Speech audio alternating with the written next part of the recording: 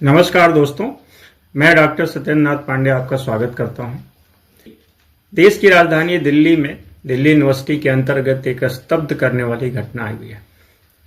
UGC controversy पे एक छात्रा को न केवल पीटा गया है बल्कि उसका मोलेस्टेशन किया गया है। उस छात्रा का दोष बस इतना था कि वो ब्राह्मण समुदाय से आती है।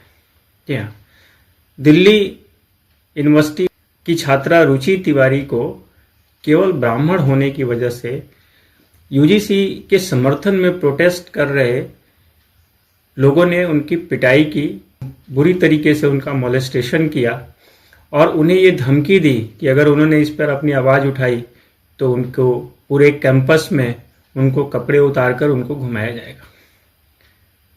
पिछली बार इस मुद्दे पर हमने एक वीडियो बनाया था और उसमें मैंने ये चर्चा की थी कि जो भी ये एक्ट्स लाए जा रहे हैं इसके किस तरीके के दुष्परिणाम हो सकते हैं, और अब ये चीज़ें आपके सामने हैं। उस पर मैंने आपसे चर्चा की थी। जाति को आधार बनाकर इस मुद्दे को लाया जा रहा है, उसके गंभीर दुष्परिणाम हो सकते हैं। हालांकि कोर्ट ने उस पर रोक लगा दी। ये जो घटना हुई है इसके थोड़ा तह में जाने की आवश्यकता है। ये जो रुचि तिवारी हैं, ये इनकी पहचान केवल एक ब्राह्मण की नहीं है।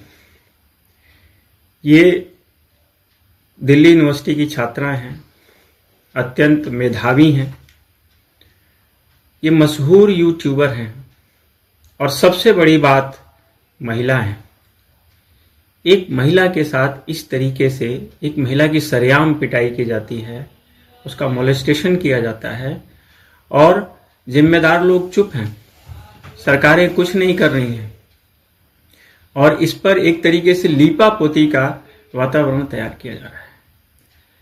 ये संदेश आप तक पहुंचाने के पीछे मेरा उद्देश्य ये बिल्कुल नहीं है कि आप किसी तरीके के अतिरेक में आएं और कोई कदम उठाएं, बल्कि मैं ये बताने के लिए ये आप तक ये पहुंचा रहा हूं कि सरकारों द्वारा किए गए छोटे से छोटे निर्णयों के सामाजिक विघटन पे क्या परिणाम होते हैं। सरकारों को सामाजिक एकीकरण के लिए कार्य करना चाहिए, न कि सामाजिक विघटन के लिए कार्य करना चाहिए। और आप देखिए परिणाम सामने है। कोर्ट ने इस पर रोक लगा दी, लेकिन इसके जो विषाक्त परिणाम समाज में आने शुरू हो गए हैं, पता नहीं कब तक रहेंगे। इस पे सभी समुदायों के लोगों को मिलकर और इस तरीके से सोचने की आवश्यकता है कि हम किस तरीके से समाज को एक कर सकते हैं। और इसके पीछे पॉलिटिकल लोग हैं, जो ये किया जा रहा है ये एनएसयूआई के लोग हैं, उनके अपने एजेंडे हैं और उनके अपने उद्देश्य हैं।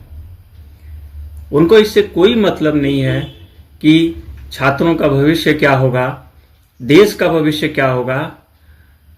वो उनका खुद के भविष्य के बारे में भी उन्हें कोई बड़ी रुचि नहीं है। बस ये सब कुछ वो राजनीति करने के लिए कर रहे हैं।